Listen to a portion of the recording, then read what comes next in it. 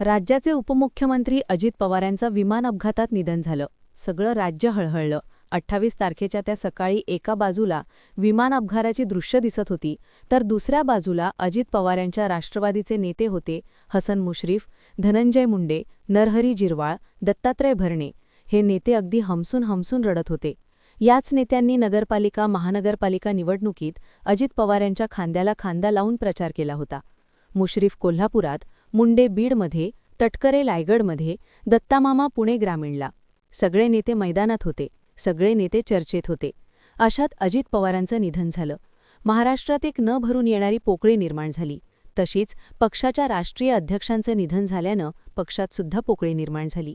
विषय राष्ट्रीय पातळीवर गेला आणि एक नाव चर्चेत आलं, प्रफुल्ल पटेल. अमित शहा यांच्यासोबतची बैठक दिल्लीत, पंतप्रधान नरेंद्र मोदींची भेट दिल्लीत, अजित पवारांसाठीची शोकसभा. पक्षाचे राष्ट्रीय अध्यक्ष म्हणून पुढे आलेलं नाव, सगळ्या घडामोडी प्रफुल्ल पटेल यांच्याच नावाभोवती फिरत होत्या. राज्य पातळीवर तटकरे बोलत होते, पण विषय राष्ट्रीय झाला आणि पटेल पिक्चरमध्ये आले.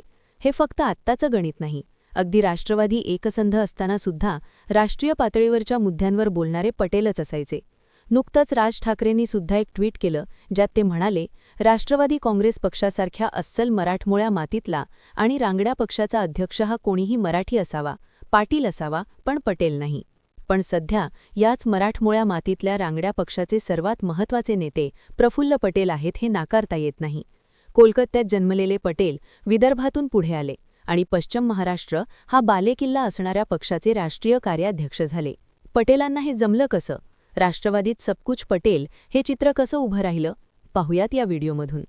मनोहरभाई पटेल मूळचे गुजरातचे, परिस्थिती गरीब, त्यामुळे रोजगारासाठी गुजरात सोडलं. ठिकठिकाणी छोटी मोठी पडेल ती कामं केली, पण मग बस्तान बसवलं ते गोंजियामध्ये.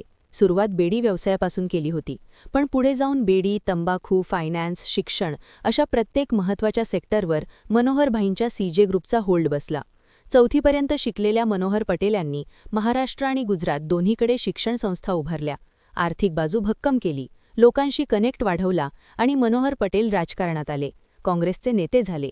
त्या काळात महाराष्ट्रात नाव गाजर होतं ते यशवंतराव चव्हाणांचं. विदर्भाच्या मनोहरभाई पटेल यांचेही वलय तयार झालं होतं. पण तिसरीकडे एक तरुण राजकारणाच्या मैदानात तयार होत होता. तरुणाचं नाव शरद पवार. आणि चौथीकडे या सगळ्या राड्यात अगदी 10-12 वर्षाचा पोरगा आपल्या बापाचं बोट पकडून सगळं राजकारण पाहत होता. तो पोरगा म्हणजे प्रफुल्ल पटेल. कोलकात्यात जन्मलेले प्रफुल्ल पटेल सधन कुटुंबात लहानाचे मोठे झाले. त्यांच्या वडिलांनी जो स्ट्रगल पाहिला तो त्यांना पाहावा लागणार नाही असं वाटलेलं. पण वेळ सांगून येत नाही, वेळ झटक्यात बदलते, सगळं बदलवून टाकते. प्रफुल्ल पटेल 13 वर्षांचे होते आणि मनोहरभाईंचं निधन झालं. व्यवसायाचं साम्राज्य झालं होतं, पण प्रफुल्ल पटेलांनी एक गोष्ट जमवली. शिक्षण पूर्ण केलं, व्यवसाय सांभाळला आणि राजकारणात सुद्धा एंट्री घेतली. अगदी तरुण वयात ते गोंदिया नगर परिषदेचे नगराध्यक्ष झाले. या तरुण नगराध्यक्षाची सगळ्या विदर्भात चर्चा झाली.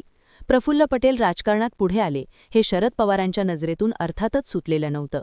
यशवंतराव चव्हाण आणि मनोहर पटेल यांच्या बैठकांमध्ये नव्याने राजकारण करणारा मुलगा म्हणून शरद पवार आणि मनोहरभाईंचं मिसरूड न फुटलेला पोरगा म्हणून प्रफुल्ल पटेल यांची तोंडोळख झालीच होती. याच पवार आणि पटेल यांच्या पहिल्या भेटी होत्या. 1990चा काळ. शरद पवार काँग्रेसमध्ये परतले, राज्याचे मुख्यमंत्री झाले. राज्यावर त्यांची पकड होती. त्यांना दिल्लीतलं स्वप्न पूर्ण करायचं होतं. तेव्हा शरद पवारांच्या आजूबाजूला 2 तरुण नेत्यांचा वावर असायचा. दोघांचं टोपणनाव भाई, एक प्रफुल्ल पटेल आणि दुसरे सुरेश कलमाडी. 1991 देशाची 10वी लोकसभा निवडणूक होती. प्रफुल्ल पटेलांचं वय फक्त 33 वर्ष होतं, पण शरद पवारांनी प्रफुल्ल पटेलांना गोंदिया लोकसभा मतदारसंघातून उमेदवारी मिळवून दिली. पटेलांनी सुद्धा त्यांच्यावरचा विश्वास सार्थक करून दाखवला. मोठा विजय मिळवला. पटेल लोकसभेवर निवडून गेले. निवडणुकीआधी काँग्रेसचे अध्यक्ष राजीव गांधी यांचा अतिरेकी हल्ल्यात मृत्यू झाला होता. त्यांच्या मृत्यूमुळे तयार झालेल्या सहानुभूतीच्या लाटेत काँग्रेसने अनपेक्षितपणे चांगली कामगिरी केली. राजीव गांधींचे वारसदार म्हणून पंतप्रधानपदी पवारांचं नाव चर्चेत आलं. नरसिंहराव आणि शरद पवार या दोघांमध्ये पंतप्रधानपदासाठी रेस सुरू झाली. या रेसमध्ये पवारांच्या नावाला आवश्यक तो बूश देण्यात प्रफुल्ल पटेल आघाडीवर होते, पण पवारांची ती संधी उकली. पण पवारांनी नरसिंहराव यांच्याशी जुळवून घेतलं आणि त्यांच्या मंत्रिमंडळात संरक्षण मंत्री झाले.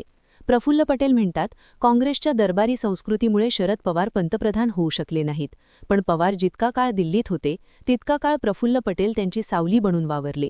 अगदी दोन्ही राष्ट्रवादी वेगळ्या होईपर्यंत. आपल्या लोकसभेच्या पहिल्याच टर्ममध्ये पटेलांनी विज्ञान तंत्रज्ञान समितीचे सदस्य म्हणून काम केलं. ते सलग 3 वेळा लोकसभेवर निवडून गेले आणि प्रत्येक टर्मला पुढची पायरी चढत गेले. 96 ते अर्थ विभागाच्या कमिटीचे सदस्य बनले.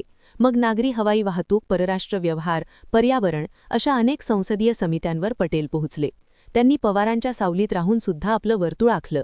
त्यांना क्रीम समित्यांवर मिळणारी नेमणूक सुद्धा चर्चेचा विषय असायची. पण प्रफुल्ल पटेलांच्या पॉलिटिकल करिअरला खरी स्पेस मिळाली ती राष्ट्रवादी काँग्रेसच्या स्थापनेनंतर.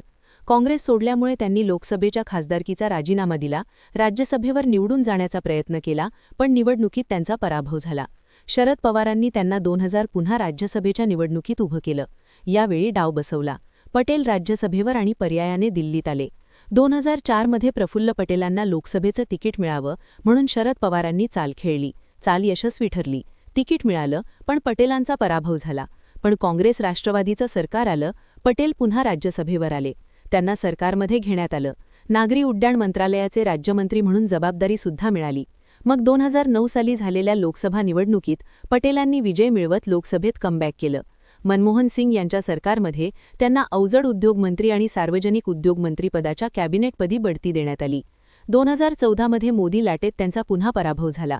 पण लोकसभेला होणारा पराभव, लोकांमधून निवडून न येणं याचा पटेलांच्या पक्षातल्या स्थानावर कधीच परिणाम झाला नाही. मुळात राष्ट्रवादी काँग्रेसच्या महाराष्ट्राच्या वर्तुळात पटेल कधीच दिसायचे नाहीत. जेव्हा राष्ट्रीय पातळीवर एखादी घडामोड व्हायची तेव्हा मात्र प्रफुल्ल पटेल हमखास पुढे यायचे.